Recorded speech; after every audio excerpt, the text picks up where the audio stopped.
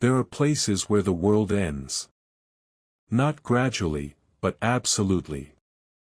Where the land surrenders to the sea, and the sea surrenders to the sky, and between them stands a single tower of white stone, turning its eye across the darkness. Flash. Darkness. Flash. The Flannan Isles, 20 miles west of the outer Hebrides. 7 islands of black rock rising from the Atlantic like the broken teeth of something ancient and drowned. No trees grow here. No soil softens the stone. Only granite, seabirds, and the endless, mechanical rhythm of the light. Eilean Mòr. The largest of the islands. 75 feet above sea level, carved by wind and salt into sharp ridges and hollow places where the ocean throws itself against the rock and screams. At the highest point, the lighthouse stands. Built in 1899. White stone tower. 115 feet tall.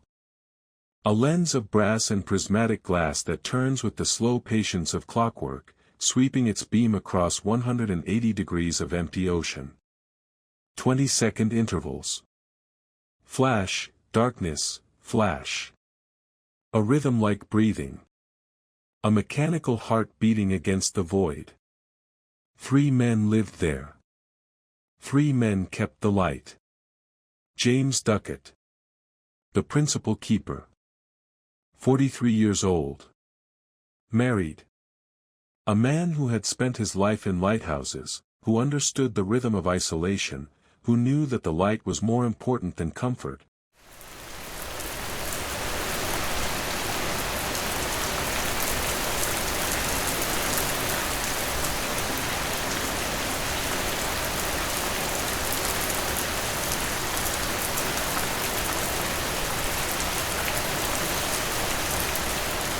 More important than sleep, more important than the small pleasures that make a life bearable. Thomas Marshall. The second assistant. 28 years old. Quieter than Duckett. A man who wrote letters home about the seals that gathered on the rocks below, about the way the sunset turned the ocean to copper. Donald MacArthur. The occasional keeper. 40 years old. A veteran of the Northern Lighthouse Board. A man who had volunteered for this rotation, who had left the warmth of shore to climb the stairs of Eilean Mòr and tend the flame. They kept the light burning. They wound the clockwork mechanism that turned the lens. They trimmed the wicks. They polished the brass. They followed the rhythm of the tower, 4-hour watches, round and round, day and night, the endless mechanical dance of keeping back the darkness. And then the light went out. December 26, 1900. Boxing Day. The relief ship Hesperus cuts through grey water toward the Flannan Isles. The storm has passed, a great Atlantic gale that kept the ship in harbor for days longer than planned, but the ocean still carries its memory. Swells rise and fall like breathing. Spray flies over the bow in sheets of freezing salt. Captain Harvey stands at the rail, watching the islands grow larger against the horizon. He is late. More than a week late. The keepers were expecting relief on December 20th, but the storm had made the crossing impossible. Now, 6 days overdue, the Hesperus finally approaches the island. But something is wrong. Harvey raises his binoculars. Scans the landing platform cut into the eastern cliff. Looks for the flag that should be flying from the staff. The flag that signals all is well, that the keepers are ready for the changeover, that the light has been kept burning. No flag. He lowers the glasses. Waits. Raises them again. Still no flag. The Hesperus sounds its horn. A long, low blast that echoes off the cliffs. The sound rolls across the water, breaks against the stone, and fades into the cry of gulls. No response. Harvey sounds the horn again.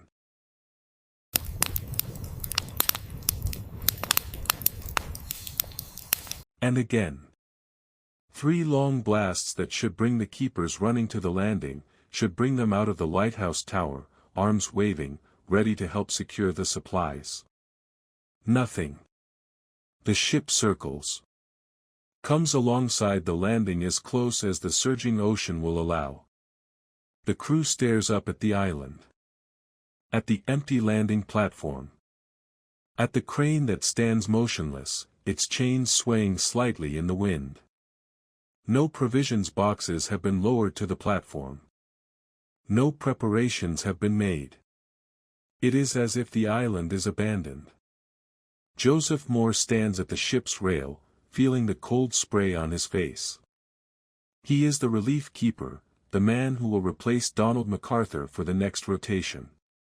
He stares up at the lighthouse, at the white tower rising against the gray sky, and feels something settle in his stomach like a stone.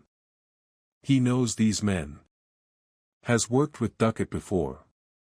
Knows Thomas Marshall's handwriting from the logbooks they share between shifts. They are not careless men. They are not men who would fail to raise the flag. Who would fail to respond to the ship's horn. "I'll go ashore," Mòr says. The crew lower a small boat. The ocean heaves beneath it, lifting and dropping the wooden hull with casual violence. Mòr climbs down, settles onto the bench, and the rowers begin pulling toward the landing platform. The oars dip and rise. Dip and rise. A rhythm against the larger rhythm of the sea. The boat reaches the platform. Mòr grabs the iron ladder set into the stone, wet with spray, slick with algae, and begins to climb. The ocean surges below him, reaching up with white fingers, then falling away. He climbs carefully, hand over hand, until he pulls himself onto the landing. He stands. Looks around. The crane is motionless. The storage shed door is closed. The supply boxes that should have been prepared for loading onto the ship are still inside the lighthouse. Nothing has been moved. Nothing has been touched. The silence is absolute. No voices. No footsteps. No clang of brass or creak of door hinges. Just the wind, and the cry of gulls circling overhead, and the endless surge and withdrawal of the Atlantic against the rocks below. Mòr starts walking. A steep path winds up from the landing, steps cut directly into the living rock, worn smooth by decades of boots, slick with spray and rain. He climbs slowly, one hand trailing along the rough stone wall that borders the path. The ocean falls away beneath him. The lighthouse grows larger above. He counts the steps without meaning to. An old habit. 30.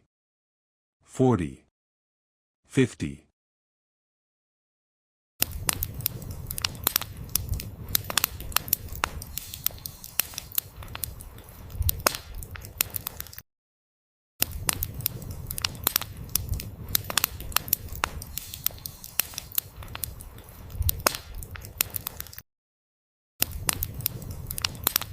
The rhythm of climbing, of ascending toward the light. The birds will overhead. Black-backed gulls. Fulmars. They circle but do not land. Their cries sound like warnings. Mòr reaches the top of the path. A flat area surrounds the lighthouse, a courtyard of stone with drainage channels cut into the rock to carry away rainwater. A small shed for storing equipment. A flagpole, empty and bare, the rope slapping against the pole in the wind. The lighthouse door stands before him. Heavy oak. Iron hinges. A handle worn smooth by hands. Mòr stops. Listens. Nothing. He reaches for the handle. It turns easily.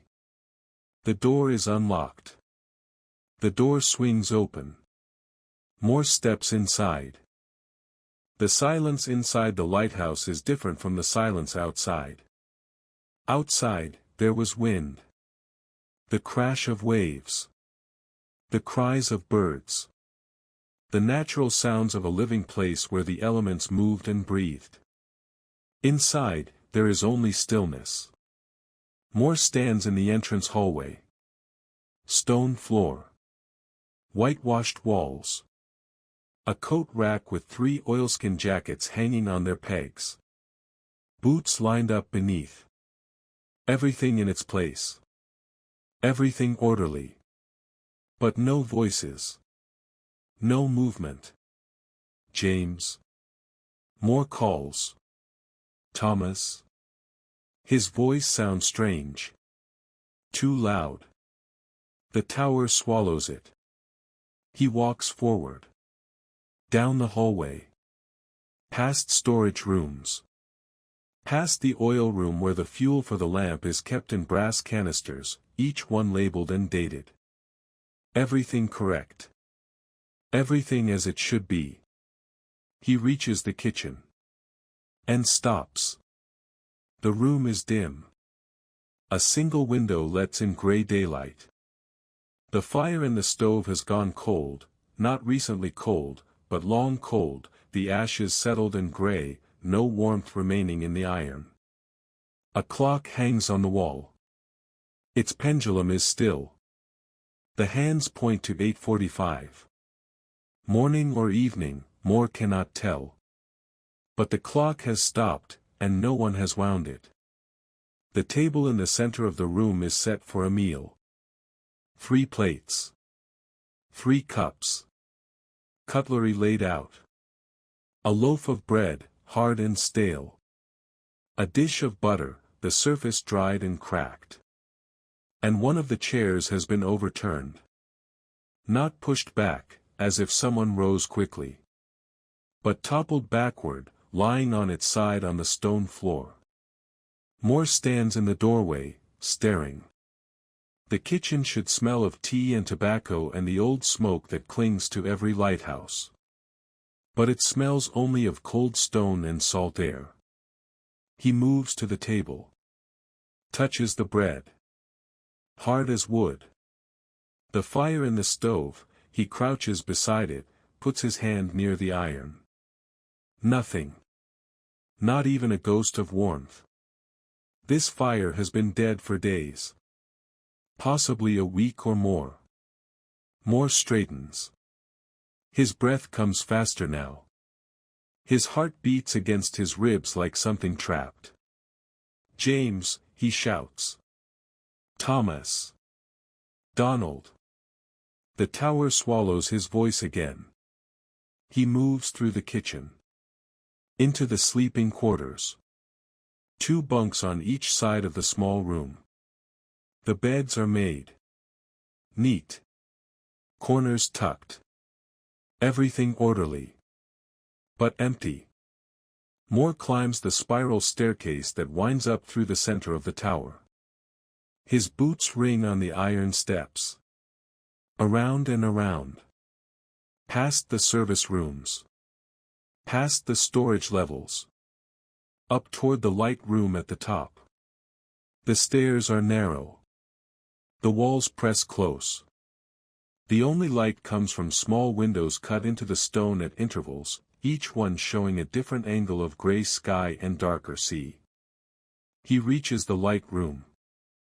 The great lens stands in its housing, a magnificent piece of engineering, all brass and glass, prismatic crystals arranged to gather and focus the lamp's flame into a beam that can be seen for 25 miles. The clockwork mechanism that turns the lens sits beside it, its gears and weights and pendulums all motionless. The lamp is out. The wick is cold. Mòr stares at it. At the dead flame that should never be allowed to die. At the mechanical heart of the lighthouse, stopped and silent. Outside the windows, the ocean stretches away in all directions. Gray water. White foam. The coastline of the outer Hebrides barely visible through the haze. And in the light room of the Flannan Isles Lighthouse, Joseph Mòr stands alone, surrounded by brass and glass and the smell of old oil, and realizes that something has taken 3 men from this tower. Something has taken them without struggle, without warning, without leaving any trace except an overturned chair and a stopped clock and the terrible, absolute silence of a light that should never have gone dark.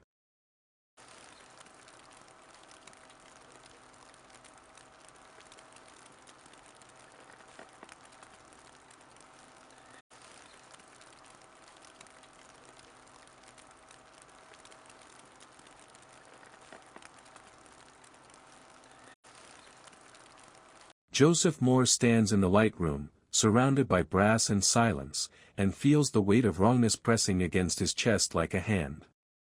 3 men do not simply vanish. Not from a lighthouse. Not from an island with only one landing. Not without leaving some trace, some explanation, some final word. He descends the spiral staircase. His boots ring on iron. Around and around, back down through the tower, through the levels of storage and machinery, back to the living quarters where men should be sleeping, eating, writing letters home. Back to the silence. Mòr moves through the rooms methodically now. Not calling out anymore. The tower has already answered him with its emptiness. Now he searches for something else. Evidence. Explanation. Some record of what happened in the days before the light went dark. The sleeping quarters reveal nothing. The beds are made. Personal effects remain, a pipe on the small table beside Duckett's bunk, a photograph in a frame beside Marshall's pillow showing a woman and 2 children. Everything in its place. Nothing packed. Nothing disturbed. In the kitchen, the overturned chair still lies on its side. Mòr rights it. Sets it back on its legs. The scrape of wood against stone sounds obscenely loud. He moves to the next room. The keeper's office, a small space with a desk, a cabinet for charts and equipment manuals, and shelves holding years of logbooks bound in dark leather, each one stamped with dates. The current logbook lies open on the desk. Mòr stops in the doorway. Stares at it. The book is open. As if someone had been writing in it. As if someone had set down their pen, meaning to return, and simply, never did. Mòr crosses to the desk. The wood is old, scarred by years of use.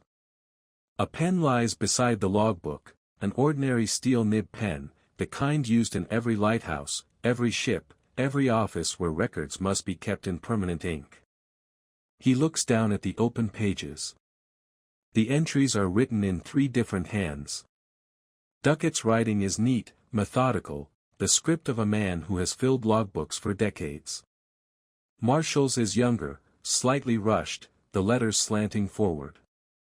MacArthur's is heavier, pressed harder into the paper, as if he bore down with the pen. Mòr begins to read. December 12, 1900.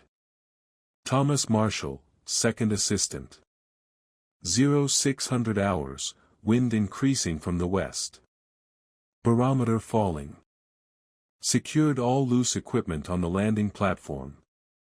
Checked moorings on the supply crane. 1200 hours, gale force winds. Sea state deteriorating rapidly. Waves breaking over the landing. Unable to conduct routine inspection of the lower levels. 1800 hours, storm worsening. The tower shakes with each gust. Spray reaching the light room windows, have never seen the sea reach this height before. Duckett is very quiet today. MacArthur is praying in his bunk. Mòr pauses. Reads the line again.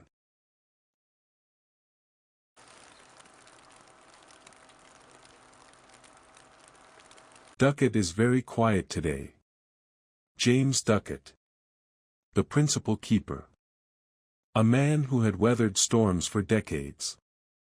Who had kept lights burning through hurricanes, through winter gales that tore roofs from buildings and drove ships onto rocks. Very quiet.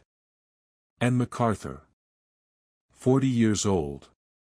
A veteran.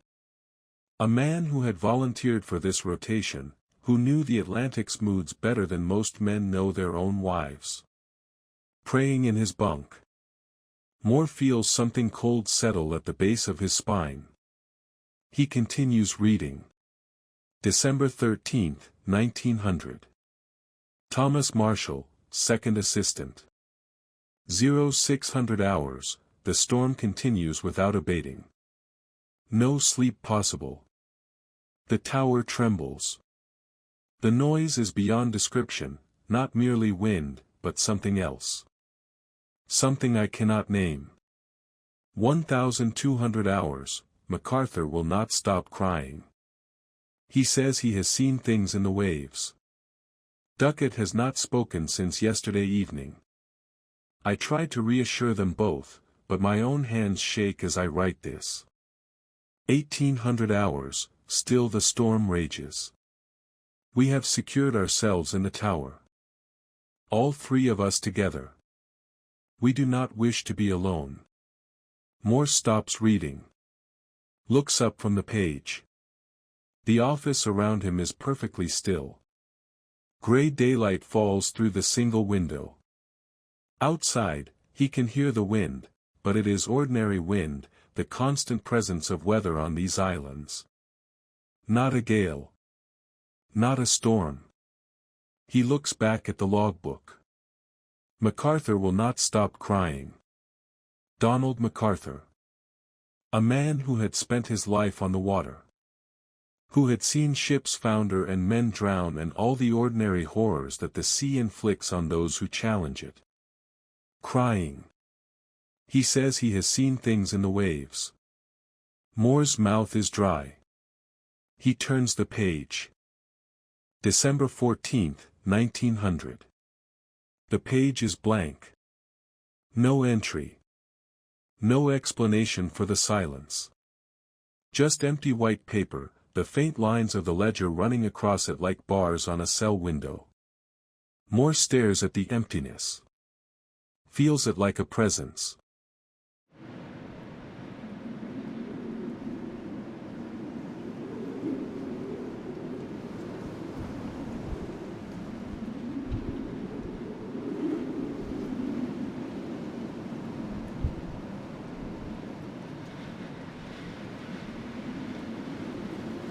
A gap. A place where words should be but aren't. He turns the page again. December 15, 1900. James Duckett, Principal Keeper. 1,200 hours, storm ended. Sea calm. God is over all. That's all. 4 sentences. 12 words. After 2 days of storm so severe it shook the tower, so terrible it drove grown men to tears and prayer, Duckett writes only this. Storm ended. Sea calm. God is over all. Mòr reads it again. And again. The handwriting is Duckett's, he recognizes it from years of reading these logbooks, from the neat, methodical script that has recorded weather patterns and lamp maintenance and the arrival of supply ships. But there is something wrong with these words. They are too calm. Too final. As if Duckett is not recording the end of a storm, but the end of something else entirely. God is over all. Mòr closes the logbook. His hands are shaking. He walks back to the kitchen. Stands at the window. Looks out at the ocean rolling beneath the cliffs. Gray water. White foam. The ordinary Atlantic on an ordinary winter day. He thinks about the entries. About the storm that Marshall described. Wind strong enough to shake a 100-foot tower of solid stone. Waves high enough to throw spray onto windows 75 feet above sea level. A storm so severe that experienced keepers wept and prayed and huddled together for comfort. December 12, December 13th, December 14th. Mòr knows these dates. He was on the mainland then, waiting for the Hesperus to make the relief run. Waiting in Oban, watching the weather, watching the harbor. He remembers those days. The weather was calm. Not just calm, perfectly clear. Cold, yes. Winter in the Hebrides is always cold. But clear. The barometer steady. The sea moderate. Ships sailed in and out of harbor without difficulty. There was no storm. Mòr stands at the window, feeling the truth of it settle over him like ice water. On December 12th, when Marshall wrote about gale-force winds and waves breaking over the landing, the weather stations on Lewis recorded clear skies and light winds. On December 13th, when Marshall wrote about the tower trembling and MacArthur crying, ships passed within sight of the Flannan Isles and noted nothing unusual. Calm seas. Good visibility. On December 14th, the day of silence, the day with no entry, the weather reports show continued fair conditions. And on December 15th, when Duckett wrote storm ended, sea calm, there was no storm to end. The weather had been calm all along. Mòr turns from the window. Walks back through the kitchen, through the hallway, out the heavy oak door and into the cold air of the courtyard. He needs to see the island. Needs to search the perimeter. Needs to find some physical evidence, some explanation that makes sense. He follows the path that circles the lighthouse. Past the equipment shed. Past the rainwater cistern. Around to the western side of the island, where the landing platform faces the open Atlantic. And stops. The west landing is destroyed. Not damaged. Destroyed. Mòr stands at the edge of the path, staring down at the platform cut into the cliff face below. The iron railings that border the landing, thick rails, each one bolted into the living rock with pins as thick as a man's wrist, are bent. Not rusted through. Not weakened by time. Bent. Twisted like wire. Torn from their moorings and folded backward as if something had gripped them and pulled. A storage box that should be secured to the platform is gone. Simply gone. A wooden crate that weighed 200 pounds, bolted to the stone, vanished. And near the crane housing, a stone block has been moved. Mòr climbs down to get a closer look. The block is granite, roughly cut, part of the platform's foundation. It is the size of a man's torso. It weighs, Mòr knows this because he has seen the construction records, it weighs more than a ton. It has been displaced. Shifted from its original position by several feet. Mòr crouches beside it. Puts his hand on the cold stone. No storm did this. He has seen storm damage. Has worked lighthouses up and down the coast, has surveyed wreckage after hurricanes, has watched the ocean tear apart piers and breakwaters and stone walls that were built to last centuries. This is different. The railings are not bent by wind or waves, they are bent as if something grabbed them. As if some massive hand closed around the iron and twisted. The stone block, no wave, no matter how large, could lift and move a ton of granite several feet across solid rock. Mòr stands. Looks out at the ocean. The water rolls beneath him, gray and endless. The same water that has been here for millions of years. The same water that will be here long after the lighthouse crumbles and the islands erode and every human structure returns to sand. But something happened here.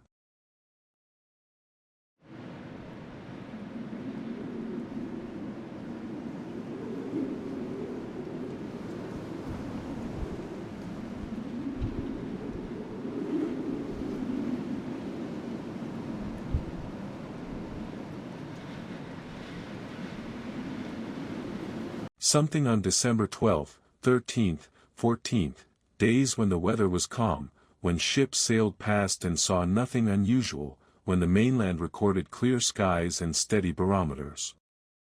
Something that 3 experienced keepers saw as a storm. Something that made MacArthur cry. That made Ducat fall silent. That made Marshall write about the tower shaking and the noise beyond description.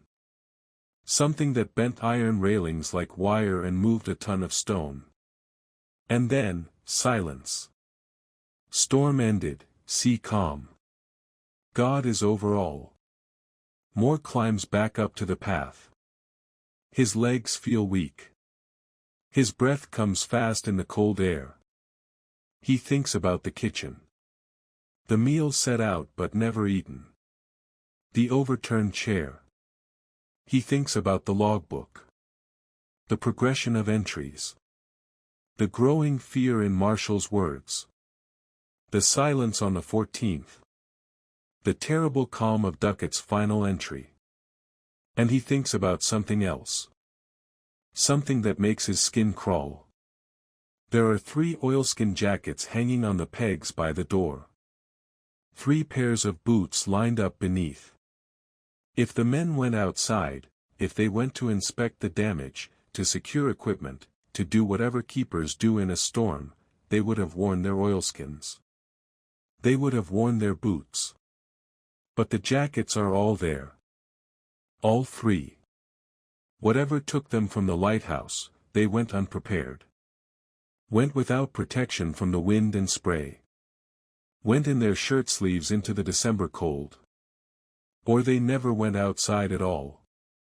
Mòr walks back to the lighthouse. The white tower rises against the gray sky, its blind windows reflecting nothing. The lens at the top is dark. The mechanical heart is still. He enters the tower again. Closes the heavy door behind him. The silence settles around him like a physical thing. Somewhere in this building, written in neat handwriting in a leather-bound logbook, is the record of 3 men experiencing a storm that didn't exist. 3 men watching waves that weren't there. 3 men hearing winds that never blew. 3 men terrified of something invisible to the rest of the world. And then, vanished. Mòr sits at the kitchen table. The same table where a meal was set and never eaten. He puts his head in his hands.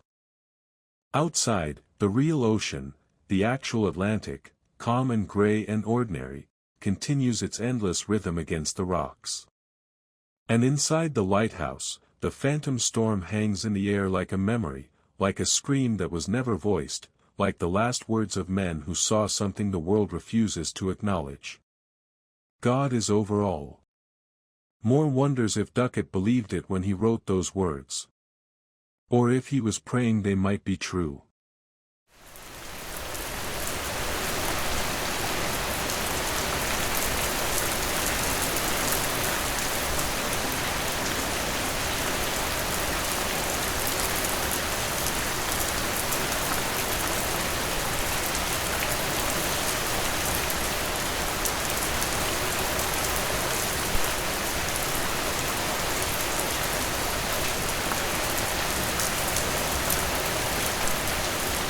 Mòr sits at the kitchen table.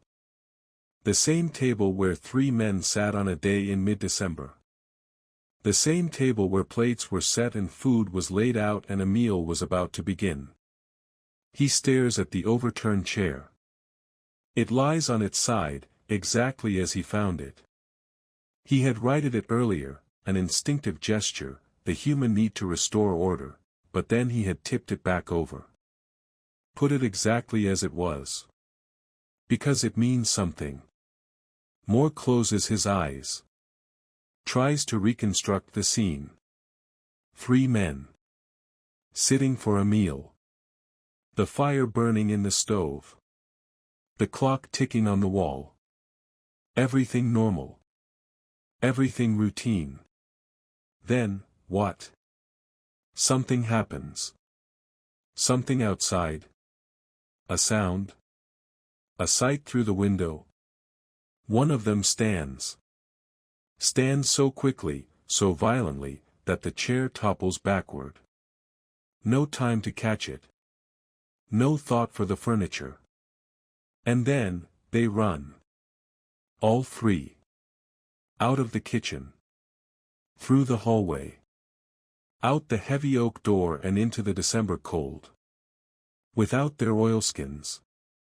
Without their boots. Without any of the protection that men who live on the Atlantic always take when they step outside. What could make experienced keepers do that? What emergency would require such haste that they abandon all training, all common sense, all instinct for self-preservation? A light going out? No. The lamp was their responsibility, their sacred duty, but it was also at the top of the tower. They would go up, not out. Would climb the spiral stairs to the light room, not run out into the weather. A man overboard? There was no one else on the island. A ship in distress. The logbook records nothing. No distress signal. No vessel approaching.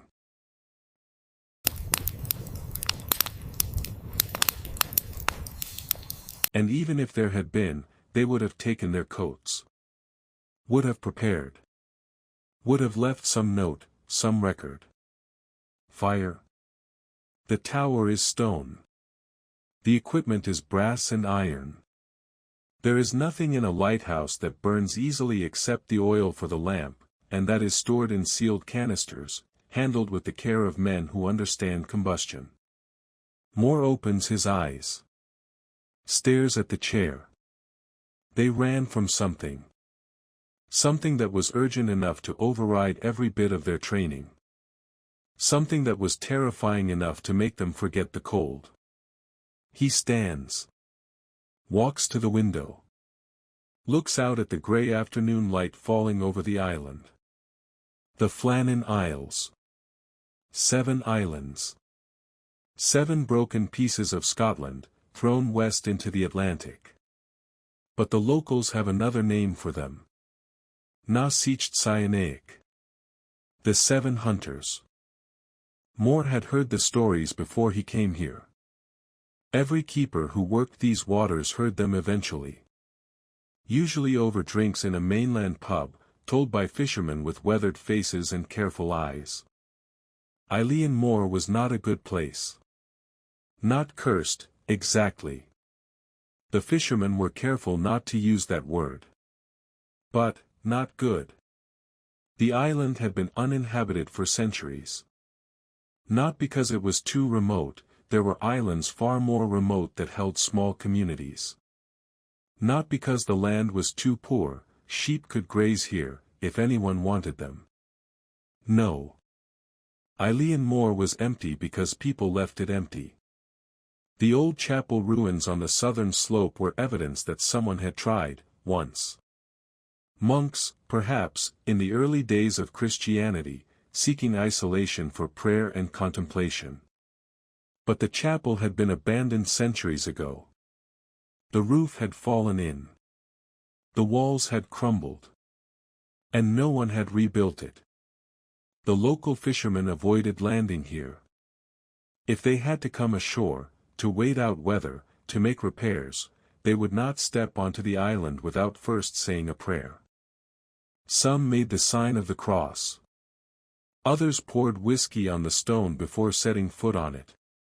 Offerings. Protection. Because the island belonged to them. Na Deo in Biga. The little people. The fair folk. The Sith. The fishermen didn't speak the names directly. Didn't risk drawing attention. But the meaning was clear enough. Eilean Mòr was their place. Had always been their place. And mortals who came here uninvited, sometimes mortals who came here did not leave the same way they arrived. Or did not leave at all. Mòr had laughed at the stories. He was a practical man. A keeper. He believed in barometers and tide tables and the mechanical certainty of clockwork. He did not believe in fairy mounds or spirit gates or the old powers that supposedly lived in wild places. But James Ducat had believed. Or at least, Ducat had been careful. Mòr remembers the principal keeper talking about it once, years ago, when they had worked together at another light. Ducat had mentioned the Flannan Isles, mentioned that the board was planning to build there. It will be a difficult posting, Ducat had said.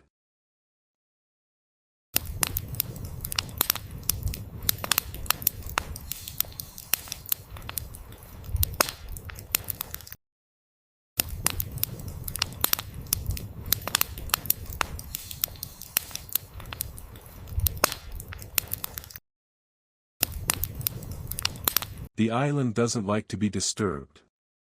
Mòr had laughed. The island doesn't have feelings, James. And Ducat had looked at him with those steady, serious eyes and said, perhaps not. But the fishermen do. And they've been sailing these waters longer than we've been alive. Mòr looks out the window now. Watches the grey water. The black rocks. The white foam where the ocean breaks against the cliffs. A lighthouse on Eilean Mòr. A tower of white stone, rising 115 feet into the sky. A great brass lens that sweeps its beam across the darkness, proclaiming human dominion over the night. A mechanical heart that beats with the steady rhythm of engineering, of progress, of civilization. An insult. That's what some of the fishermen had called it. Not to the board's face, of course. But among themselves, in their own language, they called the lighthouse and daimias, the disrespect. A violation of the old agreement.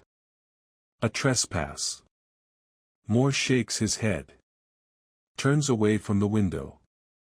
He is letting superstition infect his thinking. He is allowing fear to create patterns where none exist. 3 men vanished from this lighthouse. There is a rational explanation. There must be. He goes outside. The afternoon is fading into evening now. The sky to the east is already darkening, deep blue fading to black. To the west, the sun hangs low over the Atlantic, turning the water to hammered copper. Mòr walks the perimeter of the courtyard. Looks for anything he might have missed. Any clue, any sign, any physical evidence that would explain what happened. The birds are circling overhead. He stops. Looks up. Gulls, mostly. Black-backed gulls and herring gulls, their wings flashing white against the darkening sky. Fulmars gliding on stiff wings. A few cormorants, dark and heavy, flying low over the water. But something is wrong. Mòr has spent enough time on islands to know the behavior of seabirds. They nest on cliffs. They gather on rocks. They fight over territory and food and the best perches. But these birds are not landing. They circle.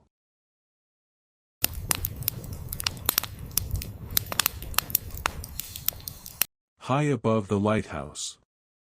Higher than they need to be for hunting, for watching for fish in the water below. They stay in the air. Mòr watches them. Counts the revolutions. The birds make wide circles around the tower, never coming close, never descending to the courtyard or the buildings or the rocky outcrops that should be perfect nesting sites. They are avoiding the ground. As if something down here frightens them. As if they know something Mòr doesn't. He watches until the sun touches the horizon.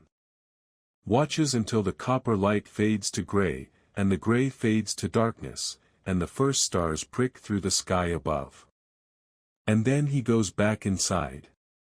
Because night is coming to Eilean Mòr. And the light must be kept burning.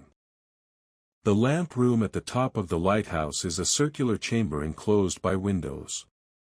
Glass on all sides, offering a view of the entire horizon, the ocean stretching away in every direction, the distant line of the outer Hebrides visible on clear days, the stars overhead turning their slow wheel through the night.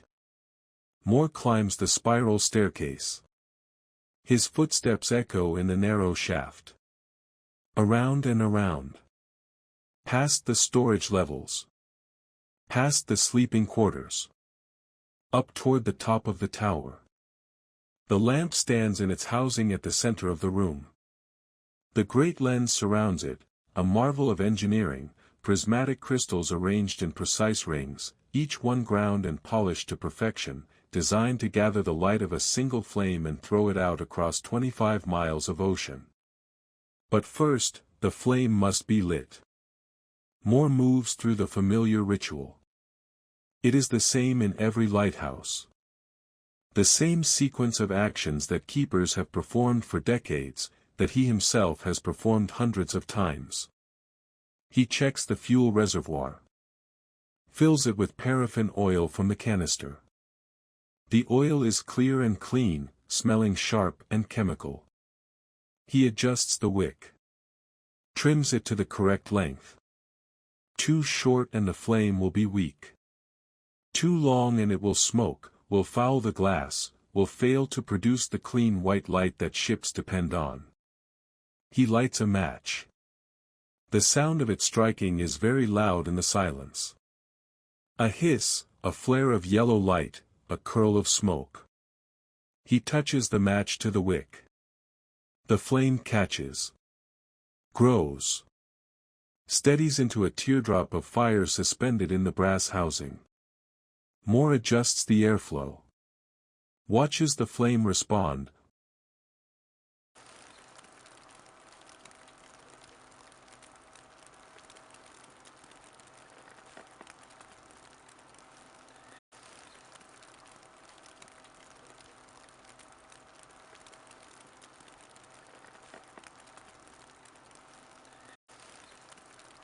Burning brighter, more intense, until it reaches the perfect balance of fuel and oxygen. Then he engages the clockwork. The mechanism that turns the lens is a system of weights and gears. Heavy iron weights hang on chains inside the tower's central shaft. As they descend, they drive the gears that rotate the lens housing. Slowly.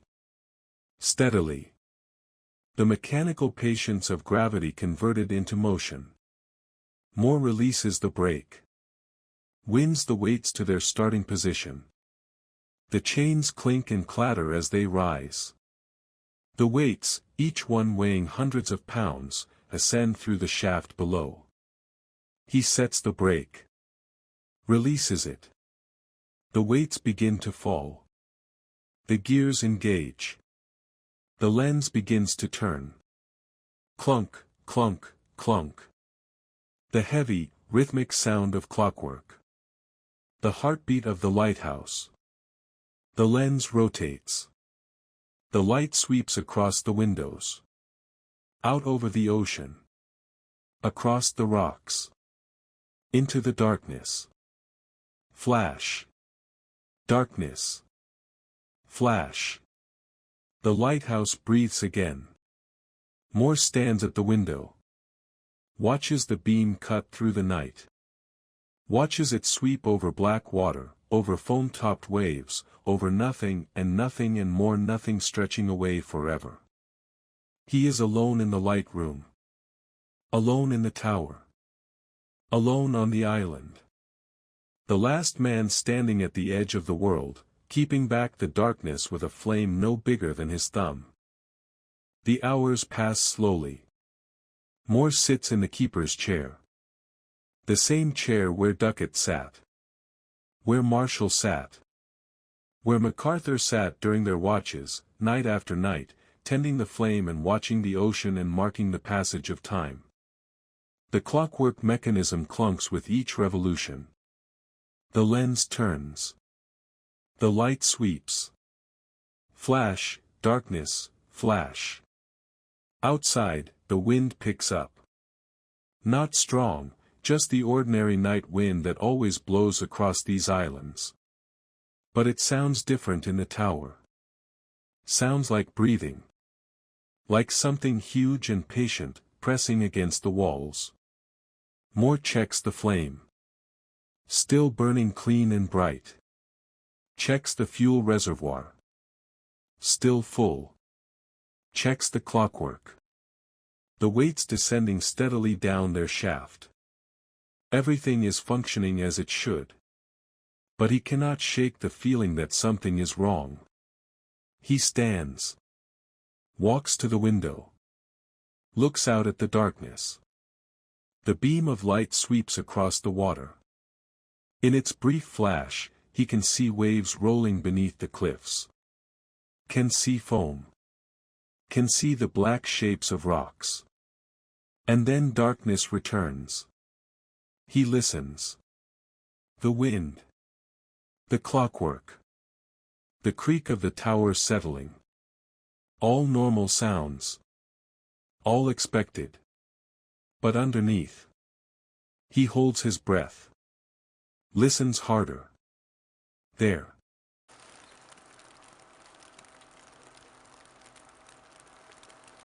A voice. Or something like a voice. Rising and falling with the wind. Almost like words. Almost like someone calling from far away. Mòr presses his face to the glass. Stares out into the darkness. James, he whispers. The wind howls. The voice, if it was ever there, is gone. He steps back from the window. His heart is beating fast. His hands are shaking. You're imagining things, he tells himself. You're alone in a tower where 3 men vanished. You're frightened. You're hearing what fear wants you to hear. But the voice. He heard it. He's certain he heard it. He walks to the opposite side of the light room. Looks out the northern windows. The beam sweeps past. Flash. In the moment of light, he sees the courtyard below. The flagpole. The equipment shed. Empty. Darkness returns. He counts. 20 seconds. The interval between flashes. Flash. The courtyard is still empty. Darkness. Flash. Something is standing in the courtyard. Mòr's breath stops. He leans forward. Presses against the glass. Waits for the next flash. 20 seconds. The longest 20 seconds of his life. The clockwork clunks. The lens turns. The light begins its sweep. Flash. The courtyard is empty again. Mòr staggers back from the window. His pulse hammers in his ears. He saw something. He's certain he saw something. A figure. Dark against the stone. Standing near the flagpole. No one is on this island. You are alone. There is no one else here. But he saw it. He forces himself back to the window. Forces himself to watch. Flash. Empty. Darkness. Flash. Empty. Darkness. Flash. Empty. The courtyard remains empty. Whatever he saw, whatever he thought he saw, is gone. Mòr sinks into the keeper's chair. Puts his head in his hands. The tower creaks around him. The wind moans. The clockwork clunks its steady rhythm. And somewhere, beneath it all, he hears the voices again. Faint. Distant. Rising and falling like the tide. James. Thomas. Donald. He lifts his head. Looks around the light room. The flame burns steady in its housing. The lens turns. The light sweeps across the darkness. Everything is mechanical. Everything is functioning. Everything is normal. But Mòr knows, with a certainty that lives deeper than reason, deeper than logic, that he is not alone in this tower. Something is here with him. Something that 3 men saw in the waves on days when the ocean was calm. Something that made them weep and pray and huddle together for protection. Something that finally came for them on a quiet December evening, while they sat at a table preparing to eat. And now Mòr sits in their chair, in their light room, tending their flame. Listening to the wind. Listening to the voices. Waiting for dawn. Hoping he will live to see it.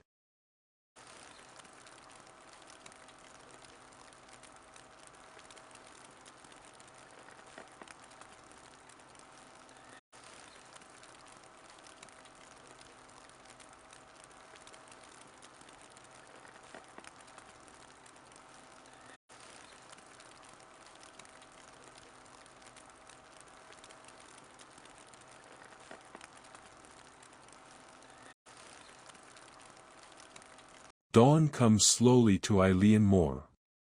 Not with sudden light, but with a gradual softening of the darkness.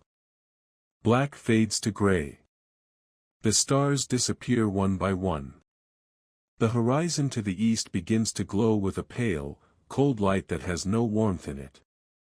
Mòr sits in the keeper's chair. He has not moved for hours. Has not slept. Has sat with his back straight and his eyes open, watching the flame, watching the windows, listening to the voices in the wind. But as the darkness retreats, the voices fade. They dissolve into ordinary sound.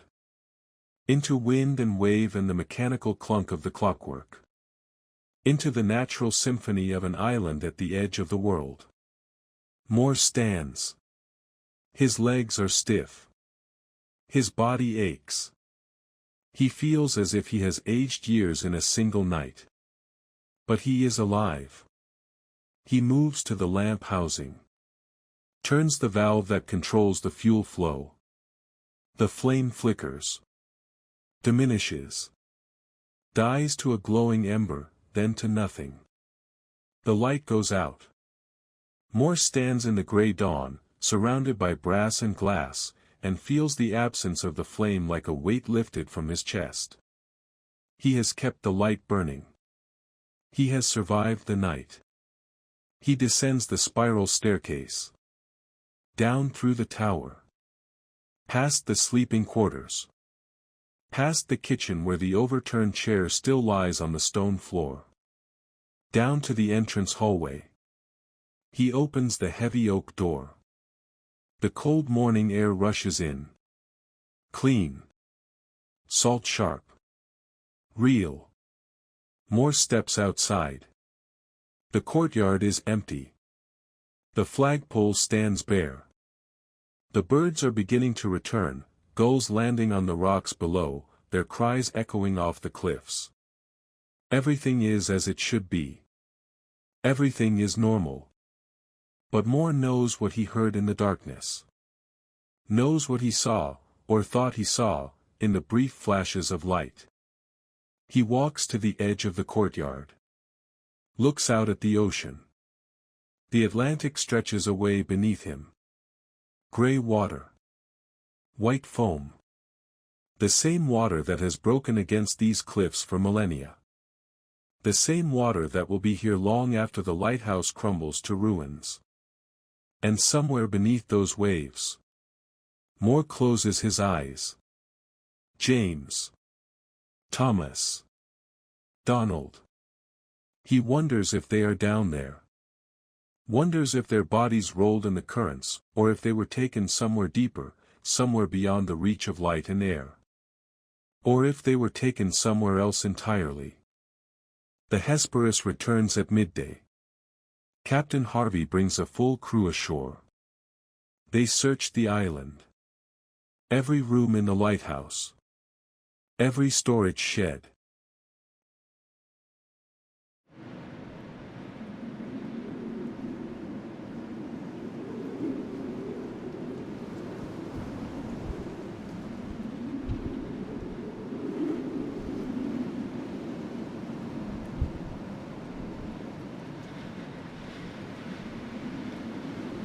Every path and outcrop and hollow place where a man might take shelter.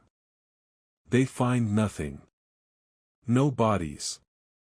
No bloodstains.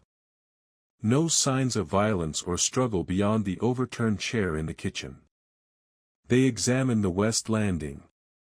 Stare at the bent iron railings. At the displaced stone block. They take measurements. Make notes. Shake their heads. A rogue wave, someone suggests. A wave larger than the others. Caught them outside, swept them away. But the oilskins hang on their pegs. The boots stand in their row. And the weather reports from December 12th through 15th show calm seas and clear skies. Mòr tells them about the logbook. About the phantom storm that Marshall recorded. About MacArthur weeping and Duckett falling silent and the final entry, storm ended, sea calm, God is over all. The men read the entries. Pass the logbook between them. Look at each other with uncertainty in their eyes. No one has an explanation. The official report, when it comes weeks later, will list the cause as, swept away by wave during storm. But Mòr knows the truth. There was no storm. Not one that could be measured by barometers or recorded by weather stations or seen by ships passing nearby. But there was something. Something the three keepers experienced. Something real enough to bend iron and move stone. Something terrifying enough to drive experienced men from the safety of the tower without their coats, without their boots, without any protection from the December cold. Something the ocean will never reveal. Mòr boards the Hesperus as the sun begins its descent toward the western horizon. He stands at the rail as the ship pulls away from the landing. Watches the island grow smaller. The lighthouse stands white and straight against the gray sky. Its windows catch the afternoon light. The lens at the top, dark now, extinguished, reflects nothing. A tower of stone. A monument to human engineering. A structure built to last centuries, to warn ships away from danger, to keep the light burning against the darkness. But Mòr knows the truth about monuments. They stand where they are told to stand. They serve the purposes they were built for. But they do not command the places they occupy. The land, the rock, the water, the wind, belong to something else first. And perhaps it still does. The Hesperus turns south. The engine thrums. The wake spreads white behind them. Mòr watches until the lighthouse is just a white mark against the cliffs.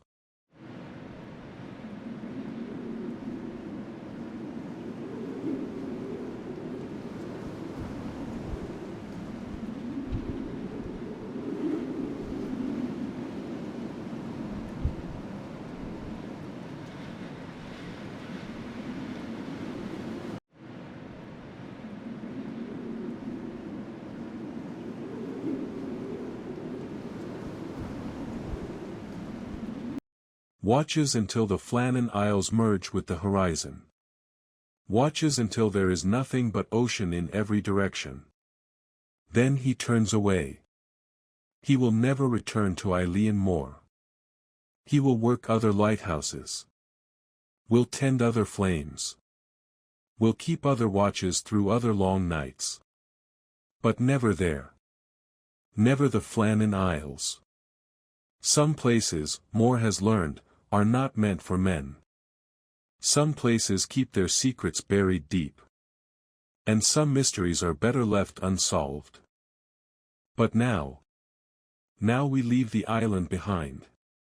Leave the white tower standing alone against the Atlantic wind. Leave the questions and the theories and the 100 years of speculation about what happened on those December days in 1900. We sink. Beneath the surface.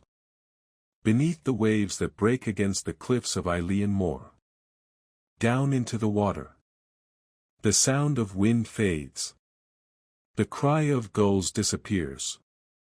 The mechanical rhythm of the lighthouse, flash, darkness, flash, is swallowed by the greater rhythm of the ocean. Down. The light from above grows dimmer.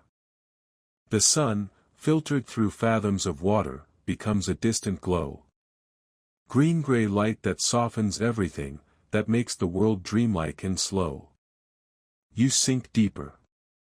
The water is cold against your skin, but it does not hurt. It simply is. A presence. A pressure.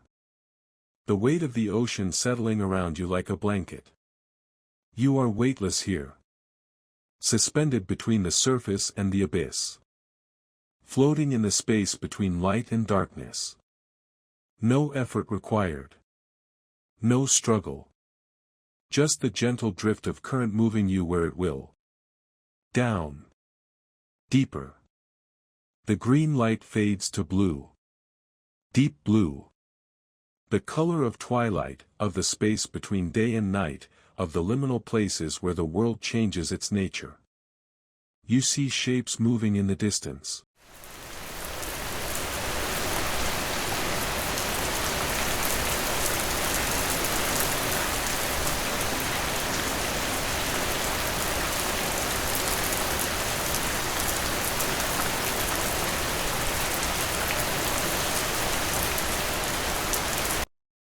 Fish, perhaps. Or shadows. Or the play of light on water. It doesn't matter. They are peaceful. Everything here is peaceful. The ocean is vast. So vast that the island above, with its lighthouse and its mystery and its vanished keepers, is just a pinprick. A moment. A single breath in the millennia of the Atlantic's existence. The ocean does not hurry. Does not worry. Does not remember or forget. It simply is. Eternal. Patient. Indifferent to the small dramas that play out on its surface and shores. You sink deeper still. The blue darkens. Deepens. Becomes the blue-black of deep water. The color of night without stars. The color of spaces so far from the sun that light becomes a memory. The pressure increases. Gentle but constant. The weight of water above you. Miles of water. Pressing down with the patience of geology, with the inevitability of gravity. But it does not crush. It cradles. You are safe here. Suspended in the deep. Held by the ocean in its vast, dark hands. The currents move slowly at this depth. Great rivers of water flowing through the abyss. Cold currents from the poles. Warm currents from the equator. All moving in their ancient patterns, following paths they have followed for millions of years. You drift with them. No destination. No hurry. Just the slow, eternal circulation of the ocean. Around and around the planet. Through trenches and over ridges and across the abyssal plains where no light has ever reached. Time loses meaning here. There is no day or night. No hours or minutes. Only the long, slow pulse of the deep. The rhythm of currents. The settling of sediment through black water. The ancient heartbeat of the planet. You drift deeper. Into the true abyss. Where the pressure is measured in tons per square inch. Where the darkness is absolute. Where the only light comes from creatures that make their own, brief flashes of bioluminescence, like stars in a liquid sky, appearing and disappearing in the black. But even these lights fade as you sink. Down into the deepest places. The trenches. The rifts. The canyons in the seafloor where the Earth's crust splits and magma rises from the core. Here, in the deepest deep, there is no light at all. Only darkness. Complete. Total. Absolute. And silence. Not the absence of sound, but the presence of something older than sound. The stillness that existed before the first wave broke, before the first wind blew, before the first rain fell on the first ocean. You rest here. In the deep. In the darkness. In the eternal silence where the ocean keeps all its secrets. The lighthouse still stands above, on its island of rock. The lens still turns. The light still sweeps across the darkness every 20 seconds. Flash. Darkness. Flash. Keeping watch. Keeping faith. Keeping the rhythm that human hands set in motion.